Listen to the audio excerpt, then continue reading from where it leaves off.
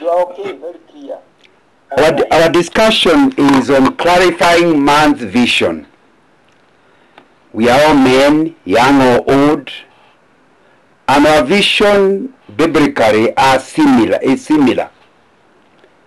I was looking at Titus chapter 2 verse 6 to 8, and Paul is talking to a young man called Timothy,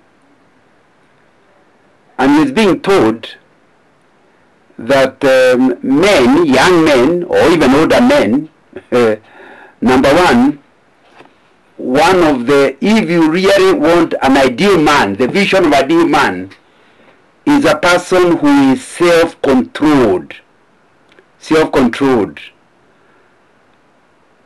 And that's one of the things in you checking whether you are the ideal man, the vision of the ideal man.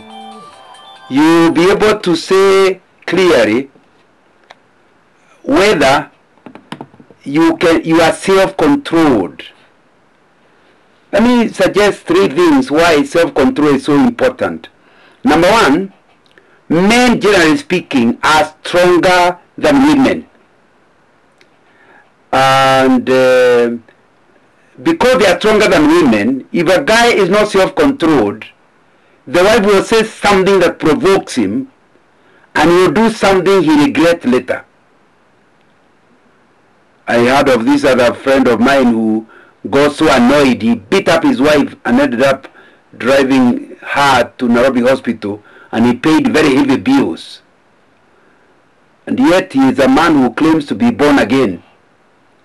So this issue of, if you are talking about the ideal man, the vision of an ideal man, is a guy who knows I'm strong, yes, but my strength is not for destroying my family. He is self-controlled. And you need to check how many times have you acted out of anger. If that is something you do regularly, then you are far from the vision of an ideal man. Ask yourself, how many times do you feel like telling someone, giving a piece of your mind? Whenever you are giving a piece of your mind, it means you have lost control. You are not saying what you should say or what needs to be said. You just feel nice to tell of a person.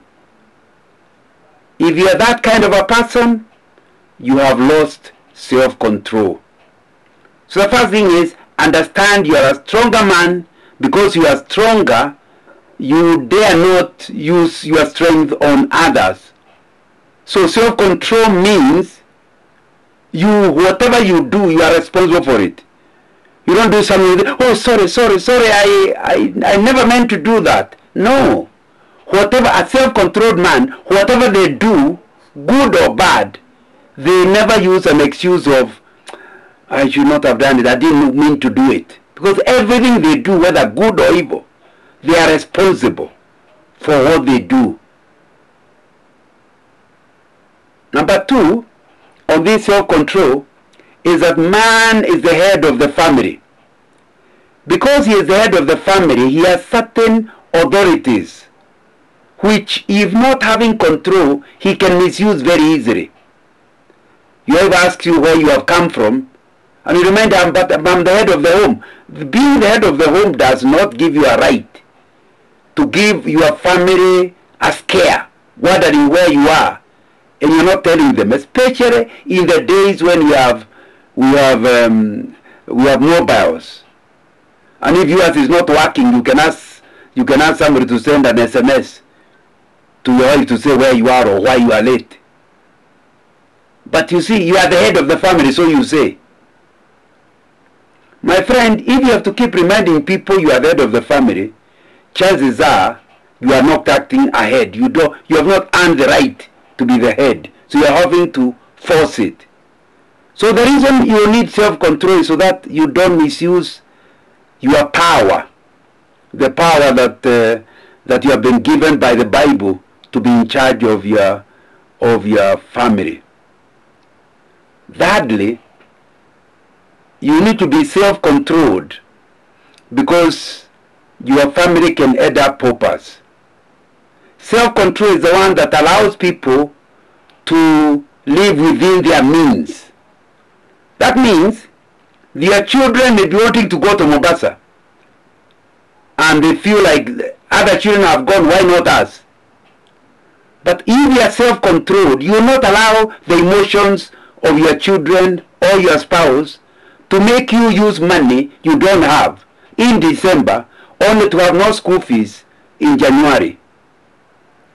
Self-control means you will be ready to be embarrassed by your children. What kind of a father you are? Oh, Papa, so and so has done. You will be willing to be embarrassed.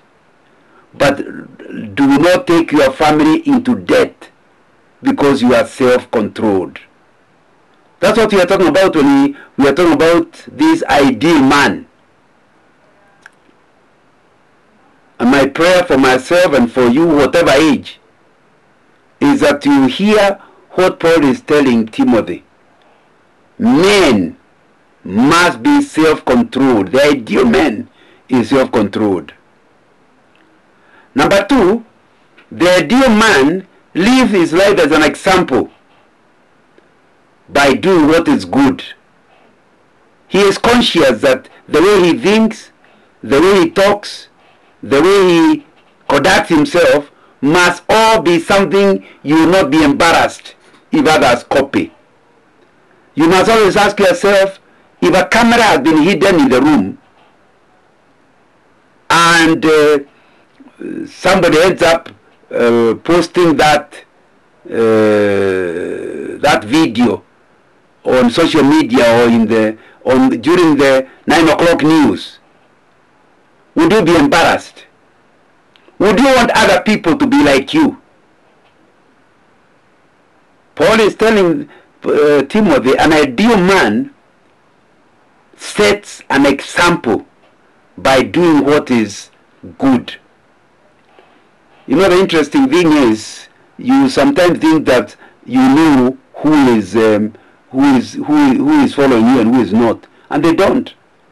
Sometime back, a friend of mine just said, after I retired, said, could I buy you lunch? And I said yes, and because I'm the one retired, I'll come near your place of work. So I went. And he explained to me that the reason I'm giving you this lunch is just start to acknowledge you have been my mentor. Said, from when? For the last 20 years since I left university.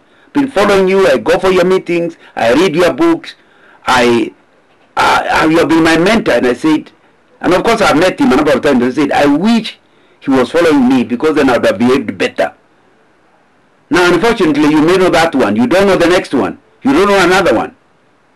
So Paul is telling this young man, set an example by doing what is good. That means you don't tell your wife to do good without you being good. You follow the golden rule, which is, do unto others what you want them to do to you. That's a golden rule. That is what setting example is. It means that what you are doing, you are giving permission to others to do the same. That means if you are rude to your wife, you are giving her an example to be rude to you and to be rude to the children. An ideal man does not tell people not to do something he himself does. He never tells people, do what I say, not what I do. No, he is setting an example. That means when he misuses money, he is giving permission to the spouse to also misuse money, because he is setting an example. What about your children? I'm sure you know they say habits are caught, not taught. A friend of mine who went through a missionary school but did not get born again was telling me how, because Saturday he's normally doing things that don't allow him to be awake early Sunday morning. He had told the wife, my children must grow up in the church, although he himself doesn't attend. So one day they came from church. By the time they came from church is when he was waking up and he is in the bedroom upstairs. His son, maybe around 9, is downstairs playing with other children. He overheard the boy saying, you know, when I grow up, I will not go to church. I know the church is for women and children. I'm like my father. When I grow up, I will not be attending church. He told me he was so disappointed. Because he was bringing up the boy so that he can be a church guy, although himself is not. Reminded him, habits are caught, not taught. So if you have the vision of who you should be, you should have a vision of setting an example of for your children, such that you do not tell them to do things you yourself don't do. And anyway, even if you don't tell them anything, fathers influence their children. And sometimes the children will behave like they are not copying. When they're in their 30s and 40s, then they realize the way they think, the way they deal with their wives, may have something to do with the way they saw the father doing it. So we are learning. The vision of an ideal man is a man who sets an example by doing what is right for the wife, what is right for the children, what is right for the parents. Because now you're both adults. So you want your parents to see what a good home can be, even if theirs when you're growing up was not. What is good for your cousins and siblings, you are deciding to set an example. Also for your fellowship mates, the people in the church with you. That's what you are talking about if you are talking about the vision of an ideal man. Next, Paul told this young man Timothy that what he should include in his life and in his teaching should include, number 3, a life of integrity. And we can have written a full book called Integrity. It's called Integrity, the Litmus Test of Good Leadership. So it's a big book on integrity. And you're saying you must be the kind of person whose integrity cannot be doubted. We normally say such a man, his word is his bond. That means if the police catch you with a mistake and they ask you to give you bond so that you appear in court, tell them, don't bother giving me in the paper. My name is so important, I would never fail to honor something. I protect my name. My name is my bond. When I tell you something, take it to the bank. I will always do it. Can your children say you are a man of integrity? Can your place of work, are you regarded as a man of integrity? Easy to say I'm a man of integrity, but it's very expensive. If you look at Psalms chapter 15, you see how expensive it is to be a man of integrity, who is ready to pay the price rather than compromise. Pay the price rather than fail to keep his word. He keeps his word at a very high cost. Remember, integrity has the same root as integer. An integer is a complete number. So a man of integrity has wholeness. He is not a quarter or a half. He is a whole person. That means who he is at night is who he is in the day. Who he is in secret is who he is in public. He has wholeness. Not two people, but one. That's what you are talking about, the man we are discussing. A man of integrity. He will not promise the son, if you become number 1, I will give you a bicycle. Then he becomes number 1 and he is told, do better. So the boy will ask, better than what? I'm already number 1. But you know, you are quick to make promises and you did not mind breaking them. People of integrity don't make promises in a hurry. They think through and then make a commitment. When they make the commitment, even if circumstances change, they still keep their promise at a very high cost to themselves. That's why a man of integrity will not leave his family, will not divorce his family, will not separate from his family. It's very expensive. Sometimes you are married to a very difficult woman, but even a man of integrity, you keep to it. Why? Because I said, until death do us part. You don't say, but I'm not enjoying this marriage. A man of integrity does not live by what is pleasurable. is by commitment. That's the man we are talking about. Number 4, this man we are talking about has seriousness. Seriousness. Now, that means you are not a joker. You don't just make jokes. That doesn't mean you don't have light speech. But don't say something, then let somebody says, oh, no, I didn't mean that. No, that's not what I meant. Politicians do that all the time. But then they cannot be regarded as serious. In fact, people who are not this serious, you always ask them, are you serious? When you see people asking you, are you serious? You should be embarrassed of yourself. Because that means they don't take you seriously. They don't think you mean what you say. But a man the man we are describing is serious. The children know when Papa says something, he'll keep it. He is serious. He doesn't just make jokes so that you are never sure what he means or doesn't mean. And then he has soundness of speech. That means he cannot speak loosely. He cannot speak immorally. He cannot say things that should be only heard by adults of 18. He speaks a language that he doesn't mind the family listening to. Soundness of speech. And you know the speech is sound because it cannot be condemned.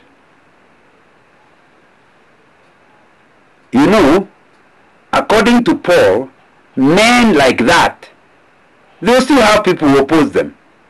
Your wife may even want to criticize you. Your children may even like to say they don't have a good father.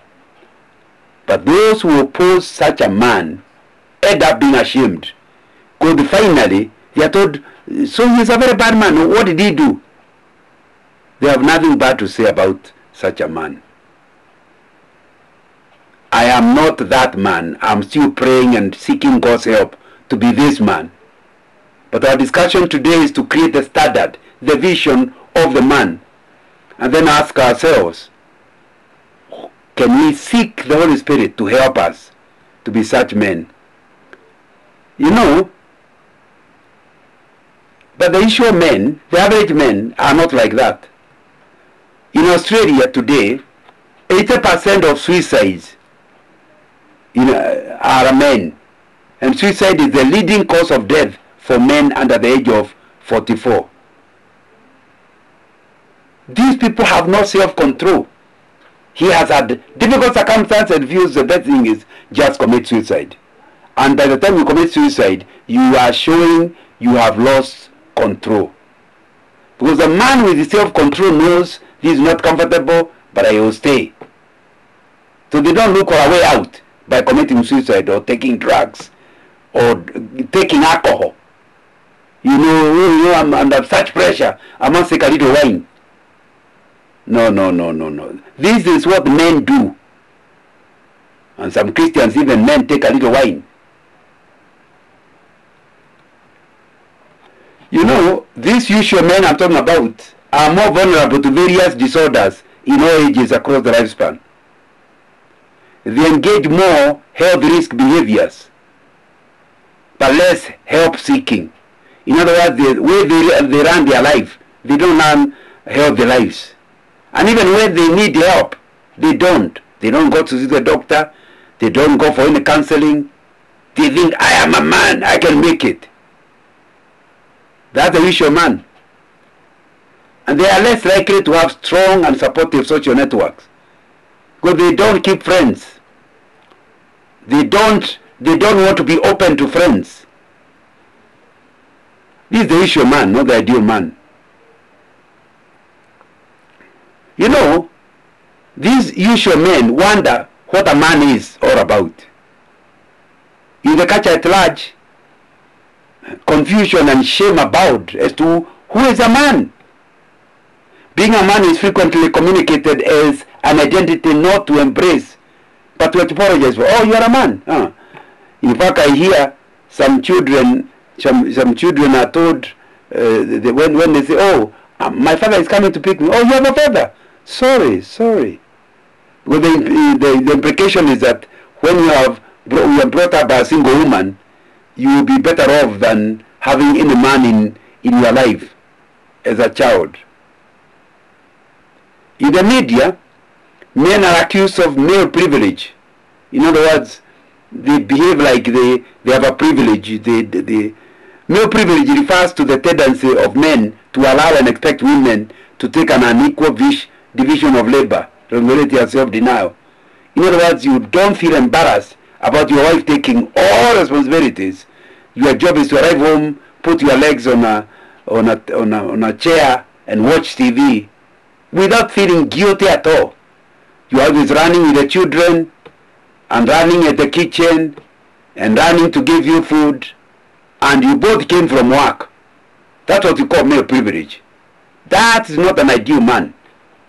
That is the usual man. And of course he suffers from what we call male chauvinism, feeling like men are special. You know, these men patronize, disparage, or rather denigrate females in their belief that they are inferior to males and are deserving of less than equal treatment or benefit. Some Christian men do that. They look at their wives as a grade below. Of course, that's why I'm so much against dowry. Because sometimes the feeling that comes in a man is, but I paid for you, I bought you. That's not a Christian man. A Christian man does not pay dowry. He can give a gift, but does not pay dowry. He does not buy his wife. So it therefore means when they are together, he does not see her as an inferior party. This is the issue men will.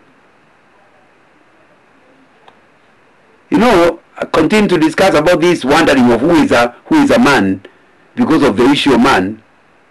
There is something called mansplaining. At its core, this is a very specific thing, is what occurs when a man talks condescendingly to someone, especially a woman, about something he has incomplete knowledge of, with the mistaken assumption that he knows more about it than the person he is talking to does. That was called mansplaining, where you pretend to know things that your wife knows far much better.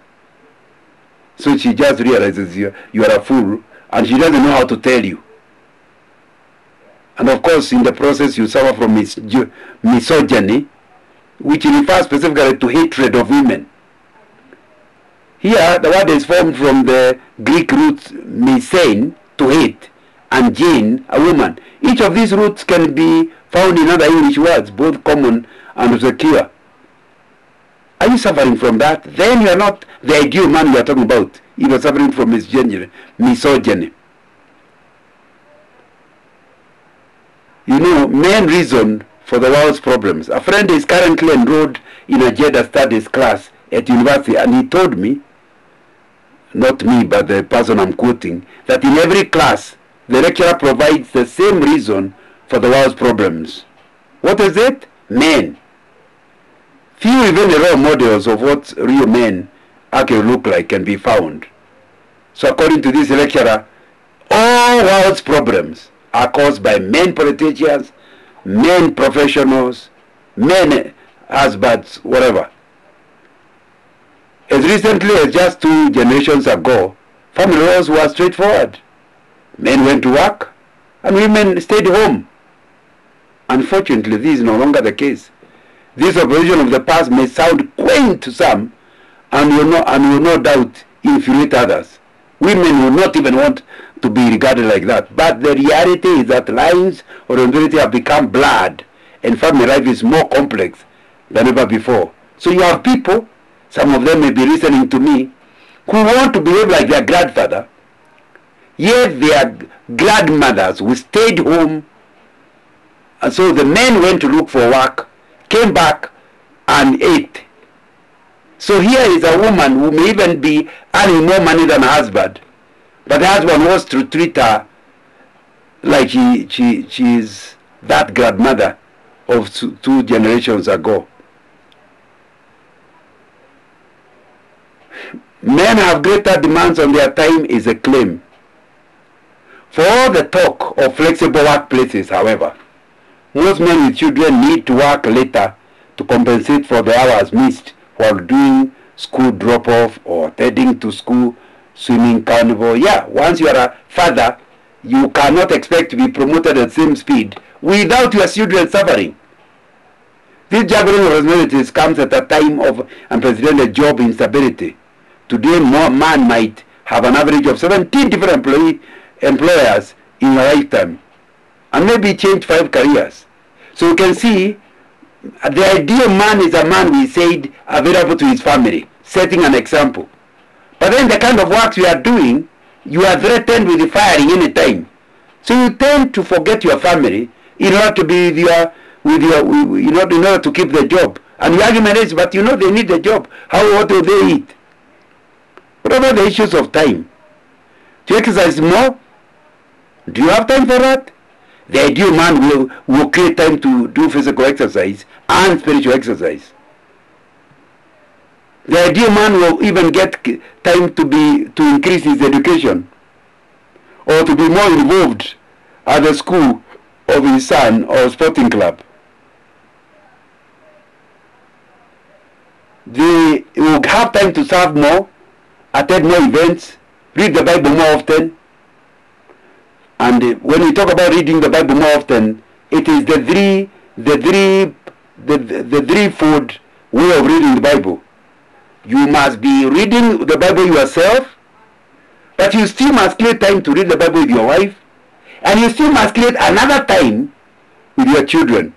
Some only do with themselves and forget the other two, or they do with their children and never with their wife.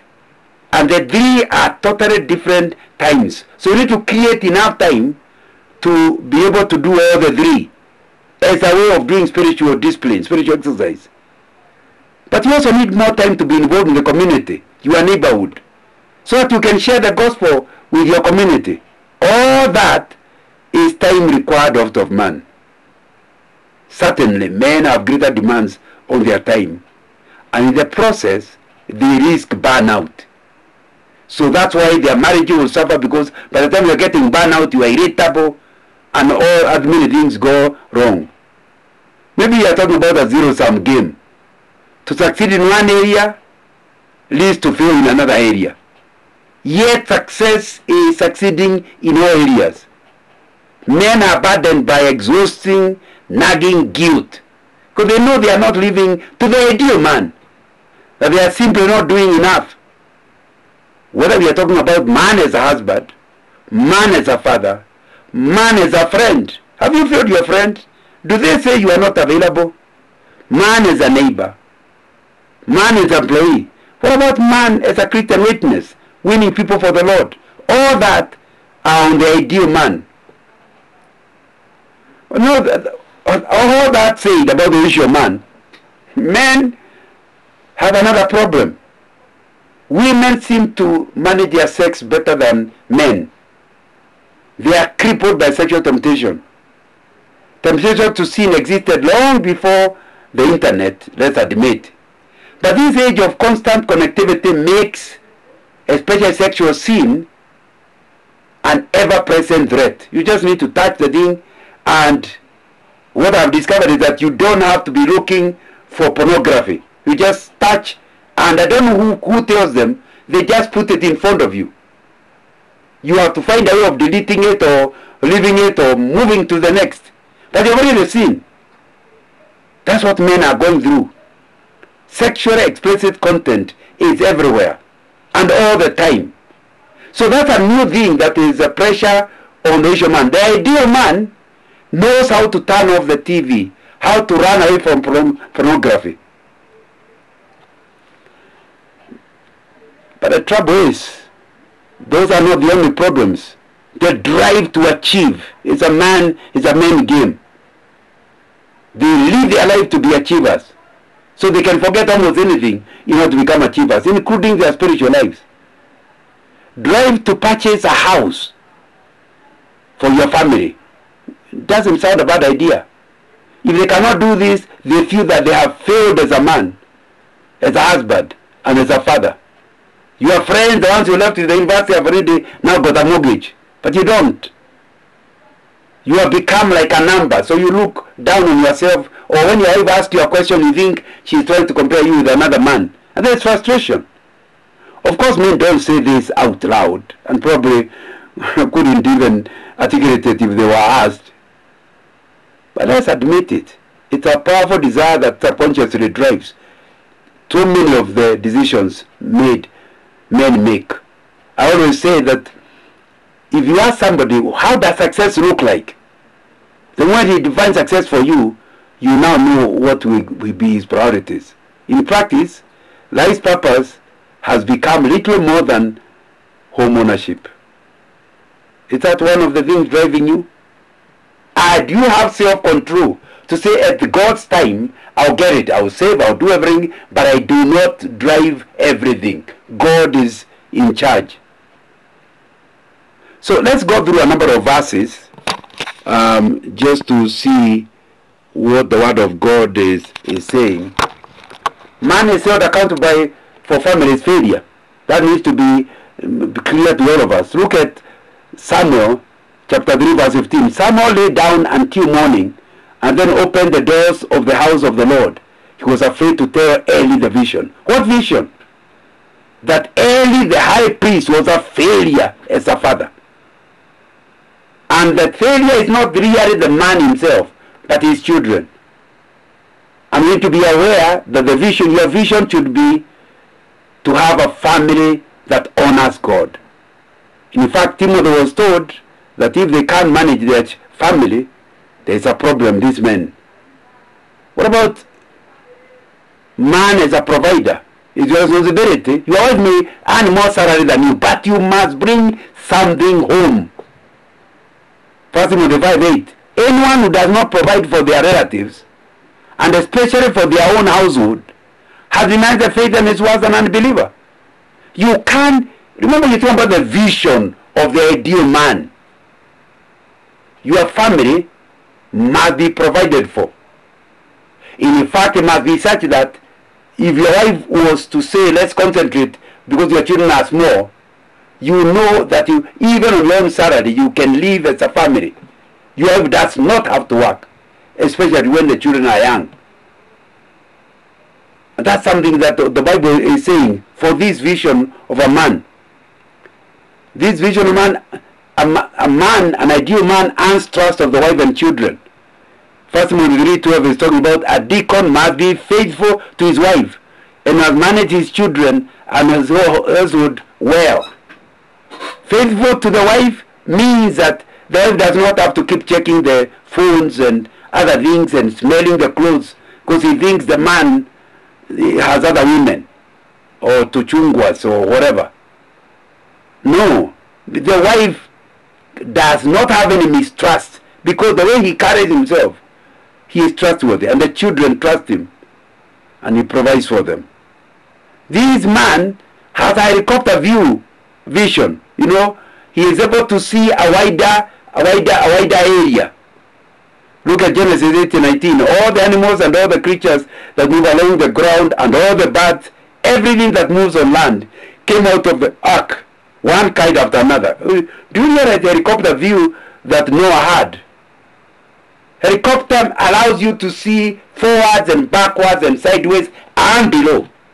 The jet aircraft may not do that. That's why we call it helicopter view. It means, like I said earlier, in the month of December you know there are festivities. But the helicopter view can see January when you have no when there will be no school fees. He is able to look at December starting in January. He has a helicopter view. He sees the needs of the wife and the needs of the husband and the needs of the needs of the parents. So when the parent asks for something, he does not give all the money to the parent, only to find there is nothing at home. He has a helicopter view. And this man, ideal man, does not force submission. He doesn't say, don't you know I'm your husband? He earns it, just as Christ does. Look at Ephesians 5:22. Wives, submit yourself to your own husbands, as you do to the Lord. Let me ask you, how do you submit to the Lord? Does he ever force you? It's a choice.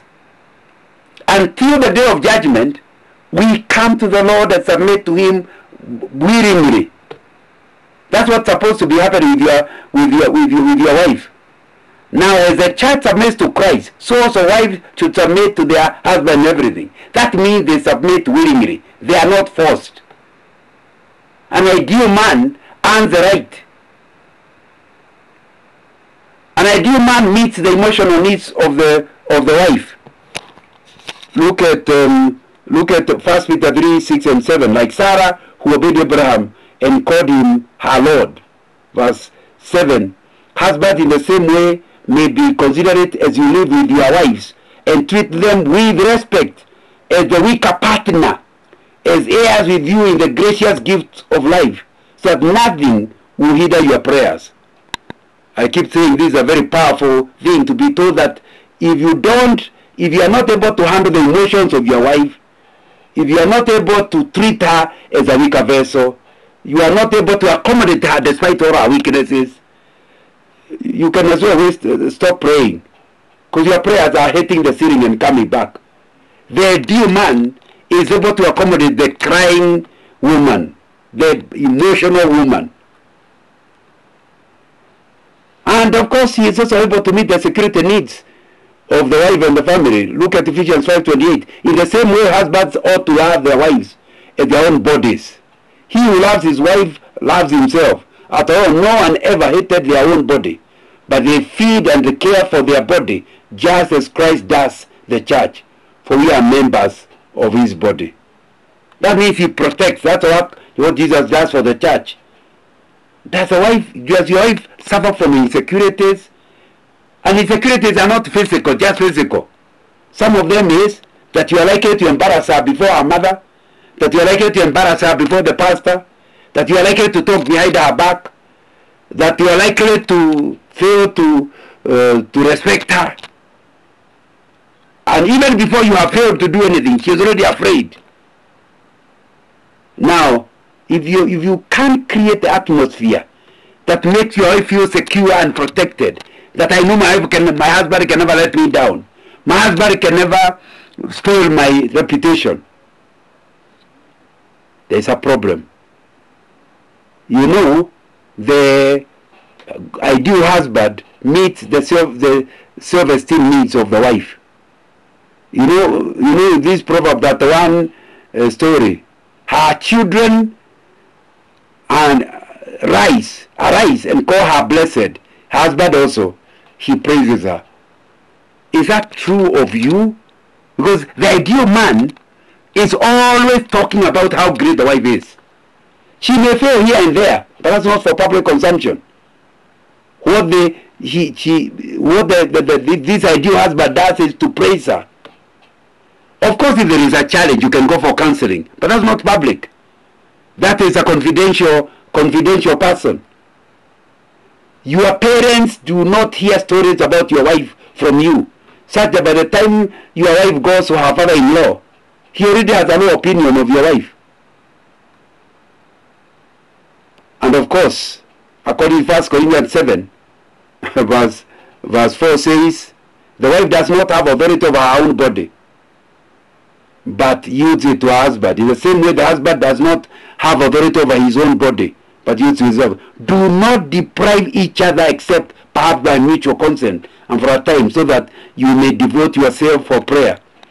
The ideal man, the wife is sexually satisfied. Since he cannot get that need met anywhere else, he makes sure it is not him who is always tired, not available, and except if he is sick. And if he is sick, he actually does look for medical help. Now, I was given 40 minutes, and they are just about over. I have a minute. You know what to say? I wanted to create a picture of this ideal guy. I also wanted to have a chance to show you the situation in which this ideal man is operating, and then come to a conclusion. You can be the ideal man, but you must submit yourself to God's help. Only God can help you to be the ideal man. May the Lord help us to keep to it and truly honor him. The meeting is back to my brother. My 40 minutes are over.